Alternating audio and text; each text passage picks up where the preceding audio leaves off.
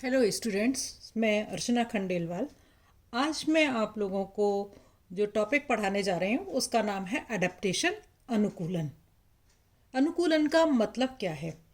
प्रत्येक जीव जंतु एक वातावरण में निवास करते हैं और उस वातावरण में उनको सफलतापूर्वक जीवन यापन करने के लिए उनके अंदर कई तरह के कार्य की और संरचनात्मक परिवर्तन होते हैं और इन परिवर्तनों को ही अनुकूलन कहते हैं।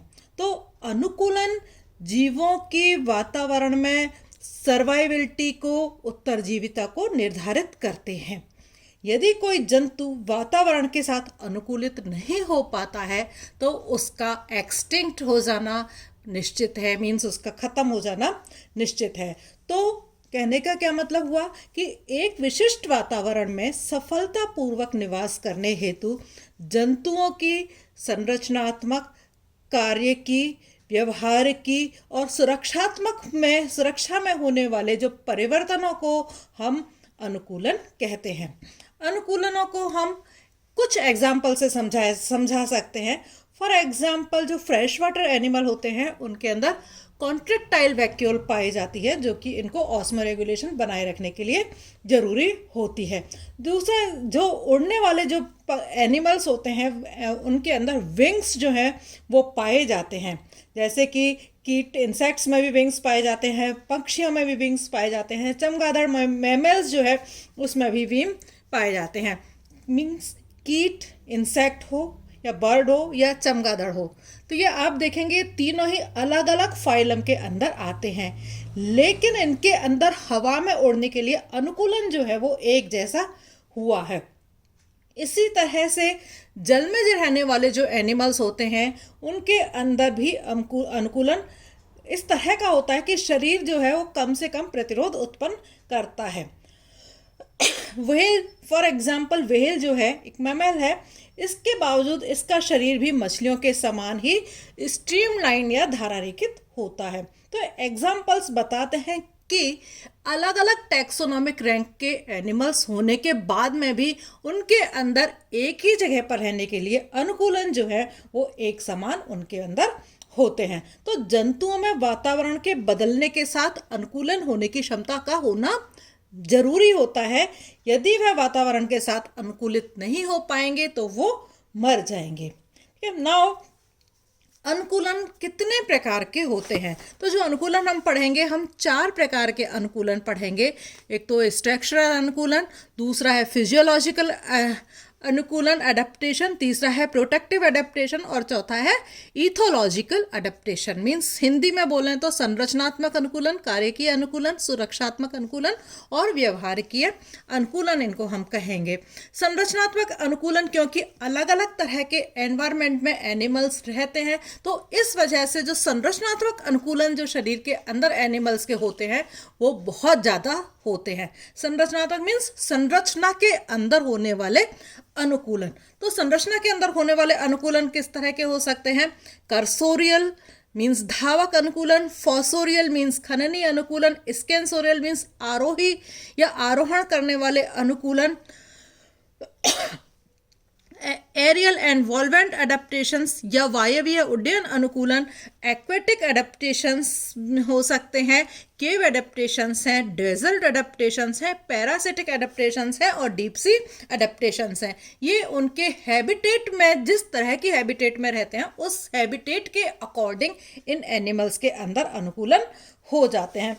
तो रिचर्ड एस लल के अनुसार अनुकूलन 4 प्रकार के बताए गए हैं। सबसे पहले मैं आप लोगों को बता रही हूँ संरचनात्मक अनुकूलन। संरचनात्मक किसी वातावरण में सफलतापूर्वक जीवन यापन करने के लिए जंतुओं के में होने वाले जो संरचनात्मक रूपांतरणों को हम संरचनात्मक अनुकूलन कहते हैं। For example, fresh water animals में कॉन्ट्रेक्टाइल वैक्यूल का पाया जाना, उड़ने वाले एनिमल्स में विंग्स का पाया जाना, तैरने वालों में फिन्स या पेडल्स का पाया जाना, ये सब क्या है? संरचनात्मक अनुकूलन है। तो संरचनात्मक अनुकूलन जो खास शरीर के अंदर होते हैं वो मैं आप लोगों को बता रही हूँ। तो संरचनात्मक अनुकूलन में हम सबसे पहले पढ़ेंगे कर्सोरियल अडेप्टेशन या धावक अनुकूलन। मीन्स ऐसे संरचनात्मक परिवर्तन जो कि जंतु को तेज दौड़ने के लिए सहायता करते हैं, उन्हें हम धावक अनुकूलन या फिर कर्सोरियल एडेप्टेशन इनको हम कहते हैं। तो कर्सोरियल एडेप्टेशन के लिए जो चेंजेस हुए शरीर के अंदर, सबसे पहली बात तो है कि इनकी जो बॉडी है वो स्ट्रीमलाइंड बॉडी हो जाती है, जो कि जिससे कि वायु के प्रति जो प्रतिरोध है जो वो काफ़ी कम इनके अंदर होता है और इसके फलस्वरूप तेज दौड़ने की क्षमता इनको मिलती है। दूसरा है changes in the foot posture, means इनके पैरों के अंदर बदलाव आता है। पहले जो प्राणी थे, पहले वो तलवे और हाथों से दोनों ही हाथों से और तलवे की सहायता से चलते थे। तो इस तरह के एनिमल्स में प्लेंटीग्रेड जो फुट था वो पाया जाता था, जिसमें हाथ और पैर, हथेली और तलवे दोनों ही जमीन पर टिके हुए होते थे।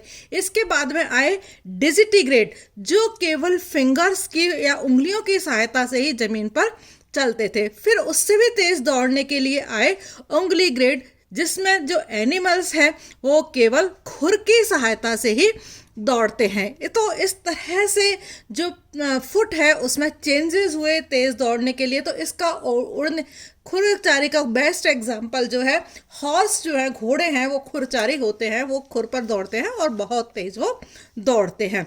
मीन्स साथ ही इनके अंदर जो उंगलियों का जो ह्रास है वो हो जाता है। मीन्स जो प्लेंटीग्रेड एनिमल्स होते हैं उनके अंदर 5 फिंगर्स होती हैं, लेकिन डिजिटिग्रेड के अंदर फिंगर्स की संख्या 4 रह जाती है और उंगली ग्रेड जो है उनके अंदर 4, 3, 2 और 1 ही रह जाती है।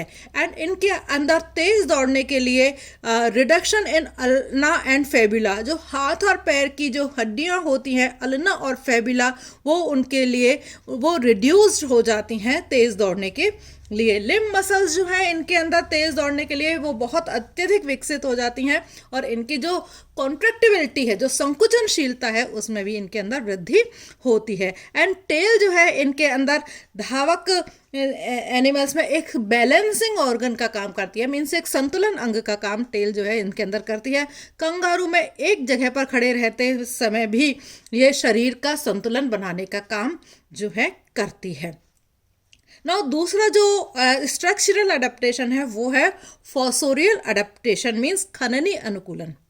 ऐसे जंतु जो बिल बनाकर बिलों में निवास करते हैं उन्हें हम खननी जंतु कहते हैं और इनमें जो अनुकूलन होते हैं रहने के लिए उनको हम क्या कहते हैं, खननी अनुकूलन उनको हम कहते हैं। ठीक है। नाउ कुछ एनिमल्स ऐसे होते हैं जो कि जमीन के ऊपर रहते हैं लेकिन भूमि के नीचे से वो भोजन प्राप्त करने के लिए जाते हैं, जबकि कुछ एनिमल्स ऐसे होते हैं जो कि भूमि के अंदर रहते हैं लेकिन भोजन प्राप्त करने के लिए वो जमीन के ऊपर आते हैं। तो कुछ एनिमल्स जो हैं अपनी सेफ्टी के पॉइंट ऑफ व्यू से ज़मीन के अंदर रहते हैं और कुछ एनिमल्स फूड के लिए ज़मीन के अंदर रहते हैं। फॉर एग्जांपल वर्टिब्रेट्स में एम्फीबिया है, रेप्टाइल्स हैं, एवीज हैं, एवीज वो हैं एवीज हैं। मैमल्स के जो अनेक जो एनिमल्स हैं वो खननी अनुकूलन को दर्शाते हैं। तो मीन्स चेंजेस क्या होते हैं खननी अनुकूलन के लिए, तो ये सबसे पहला जो चेंज होता है इनके बॉडी फॉर्म जो है उसके अंदर होता है, क्रेमी रूप या तर्काकार हो जाता है इनका बॉडी शेप। सिर जो है इनका नुकीला होता है, बिलकारी हो जाता है। नेक जो होती है बिलकार होने की वजह या तो बहुत छोटी होती है या फिर नेक जो है वो उनके अंदर अनुपस्थित हो जाती है।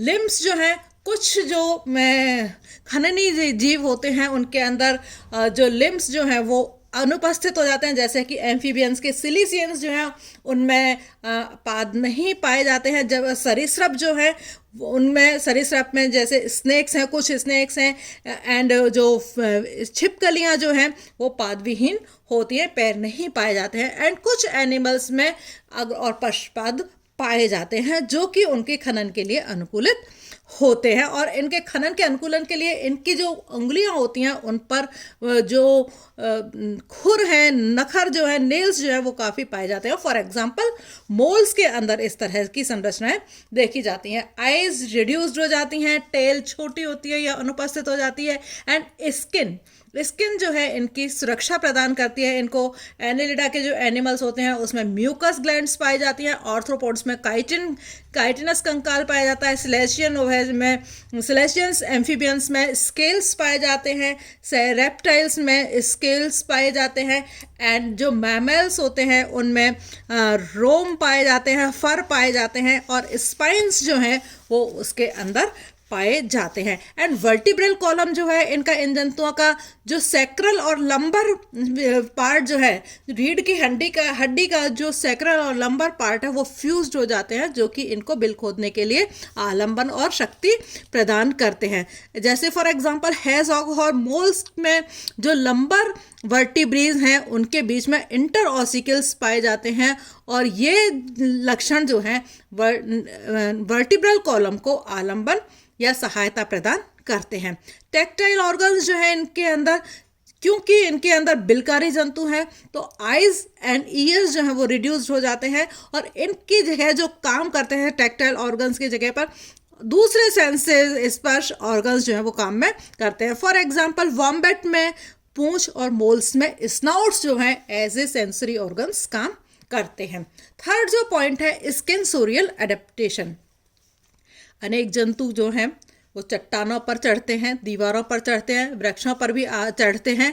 तो इस तरह के जंतु जो दीवारों, चट्टानों और वृक्षों पर चलते हैं या पर चढ़ते हैं या आरोहण करते हैं, उनको हम आरोहण एनिमल्स कहते हैं, और इसमें होने वाले जो संरचनात्मक परिवर्तन है उनको हम स्किनसोरियल एडेप्टेशंस कहते हैं। तो जो स्किनसोरियल एडेप्टेशंस हैं उनको फिर 3 पॉइंट्स में बांटा गया है। कौन कौन से? वॉल एंड रॉक क्लाइंबर्स, दूसरा है टेरेस्ट्रो आर्बोरियल एनिमल्स, और तीसरा है आर्बोरियल एनिमल्स।